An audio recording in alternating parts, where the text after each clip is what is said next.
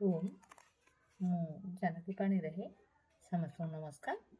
ଆଜି ଆମେ ଆଲୋଚନା କରିବା ଏହି ମକା, କିଏ ମକେଇ କୁହନ୍ତି, ଭିତେ କୁହନ୍ତି ଏବଂ କର୍ନ କୁହନ୍ତି ଇଂଲିଶରେ।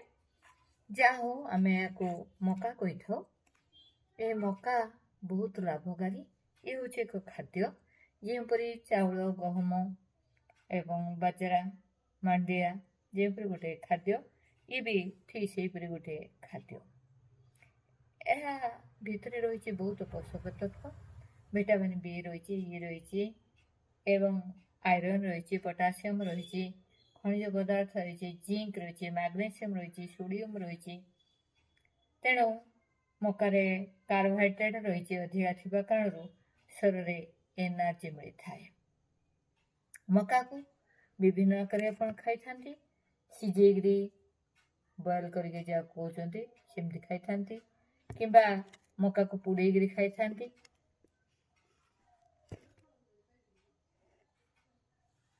ମକାକୁ ଶୁଖିଗଲା ପରେ ମକା ମଞ୍ଜିକୁ ଭାଜିକିରି ଲିଆ କରି ଖାଇଥାନ୍ତି। ମକାକୁ ଚୂନା କରିକିରି ଅଟା ସହିତ ଅଟା ପରି ଆପଣ ବ୍ୟବହାର କରିପାରିଥାନ୍ତି। ମକା ଚୂନାରେ ସୁପ୍ କରାଯାଉଛି ବିଭିନ୍ନ ପ୍ରକାର ପନିପରିବା ଦେଇକରି, ଯାହାଦ୍ୱାରା କି ଆମ ଶରୀର ପାଇଁ ବହୁତ ଲାଭକାରୀ। ତେଣୁ ଇଏ ହେଉଛି ଏକ ଖାଦ୍ୟ, ପାଚନ ତନ୍ତ୍ର କ୍ରିୟାକୁ ଠିକ୍ ରଖିଥାଏ, ଆପଣ ହଜମ ଶକ୍ତିକୁ ବୃଦ୍ଧି କରିଥାଏ, ଆପଣଙ୍କର ହାର୍ଟର ସମସ୍ୟାରେ ଲାଭ ମିଳିଥାଏ। ଆଇରେ ଫାଇବର ପ୍ରଚୁର ମାତ୍ରା ରହିଛି, ତେଣୁ ହୃଦୟ ଗ୍ରନ୍ଥିକୁ ଉତ୍ତେଜିତ କରିଥାଏ, ରକ୍ତଚାପକୁ ବୃଦ୍ଧି କରିଥାଏ, ମୂତ୍ର ସମ୍ବନ୍ଧ ସମସ୍ତ ସମସ୍ୟାକୁ ଦୂର କରିଥାଏ, ତ୍ୱଚା ରୋଗକୁ ଠିକ୍ କରିଥାଏ। ଏହା ଖାଦ୍ୟ ପଦାର୍ଥ ଓଜନକୁ ବି ହ୍ରାସ କରିଥାଏ। ଆଇରନ୍ ରହିଛି, ପାଚନ ସମ୍ବନ୍ଧୀୟ ସମସ୍ତ ସମସ୍ୟା ରହିଛି। ଡାଇବେଟିସ୍ ପାଇଁ ବି ଆପଣ ସୁଇଟ୍ କର୍ଣ୍ଣ ନ ଖାଇକି ଆପଣ ସାଧା କର୍ଣ୍ଣ ଯଦି ଖାଆନ୍ତି ତାହେଲେ ଡାଇବେଟିସ୍ରେ ବି ଆପଣଙ୍କୁ ଲାଭ ମିଳିଥାଏ। କିନ୍ତୁ ପ୍ରଚୁର ମାତ୍ରାରେ ଡାଇବେଟିସ୍ ବ୍ୟକ୍ତି ଖାଇବା ଉଚିତ ନୁହଁ। ଆଉ ଗୋଟେ, ମକା ଖାଇସାରିଲା ପରେ ସାଙ୍ଗେ ସାଙ୍ଗେ ପାଣି ପିଇବା ଉଚିତ ନୁହଁ। ଯଦି ଆପଣ ମକା ଖାଇକି ଯଦି ପାଣି ପିଇ ଦିଅନ୍ତି ତାହେଲେ ଆପଣଙ୍କ ପାଚନ ତନ୍ତ୍ର କ୍ରିୟା ଗଡ଼ବଡ଼ ହେଇଯାଇଥାଏ। ଆପଣଙ୍କର ଗଡ଼ବଡ଼ ହେବା କାରଣରୁ ପତଳା ଝାଡ଼ା ହେଇଥାଏ, ବାନ୍ତି ହେଇଥାଏ, ବିଭିନ୍ନ ପ୍ରକାର ସମସ୍ୟା ସୃଷ୍ଟି ହେଇଥାଏ। ତେଣୁ କେବେ ବି ଆପଣ ଏହି ମକା ଖାଇସାରିଲା ପରେ ପାଣି ପିଇବା ଉଚିତ ନାହିଁ।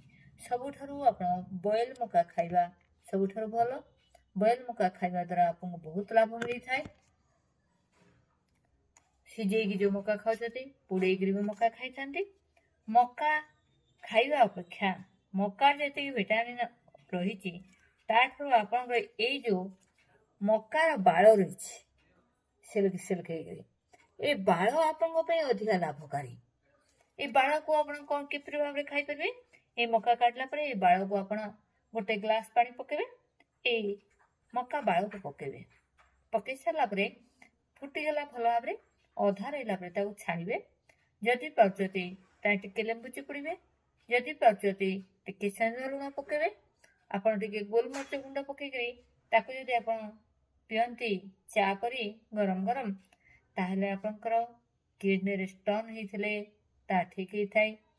ତା ସହିତ ଆପଣଙ୍କର ଅଧିକା ଟିଭି ଦେଖୁଛନ୍ତି, ଅଧିକା ସାଉଣ୍ଡରେ ଗୀତ ଶୁଣୁଛନ୍ତି, ଅଧିକା ଆପଣଙ୍କର ମୋବାଇଲ ୟୁଜ୍ କରୁଛନ୍ତି, ଯେଉଁ ରେଡ଼ିଏସନ୍ ଆପଣଙ୍କ ଶରୀର ଭିତରେ ସୃଷ୍ଟି ହୋଇଥାଏ ତାକୁ ଦୂର କରିବାର ଶକ୍ତି ରହିଛି ଏ ବାଳରେ।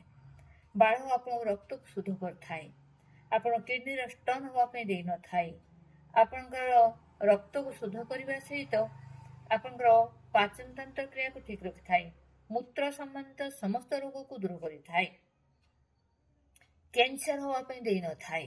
କ୍ୟାନ୍ସର ଯଦି ଅଛି ତାହେଲେ ବି ଆପଣଙ୍କୁ ବହୁତ ଲାଭ ମିଳିଥାଏ। ତେଣୁ ଆପଣ ଦେଖନ୍ତୁ, ବାଳ ଆପଣଙ୍କର ମକା ଯେତିକି ଲାଭ ତାଠାରୁ ଆପଣଙ୍କ ଏଇ ମକାର ଚୂଳ ବି ଆପଣଙ୍କୁ ବହୁତ ଲାଭ ମିଳିଥାଏ। ଆପଣଙ୍କ ଓଜନକୁ ହ୍ରାସ କରିଥାଏ, ଚକ୍ଷୁ ସମ୍ବନ୍ଧିତ ସମସ୍ତ ସମସ୍ୟାକୁ ଦୂର କରିଥାଏ, ଚକ୍ଷୁର ଆପଣଙ୍କର ଜିଏକୁ ବଢ଼େଇଥାଏ। ତେଣୁ ଆସନ୍ତୁ ଆମେ ଏହାକୁ ବ୍ୟବହାର କରିବା।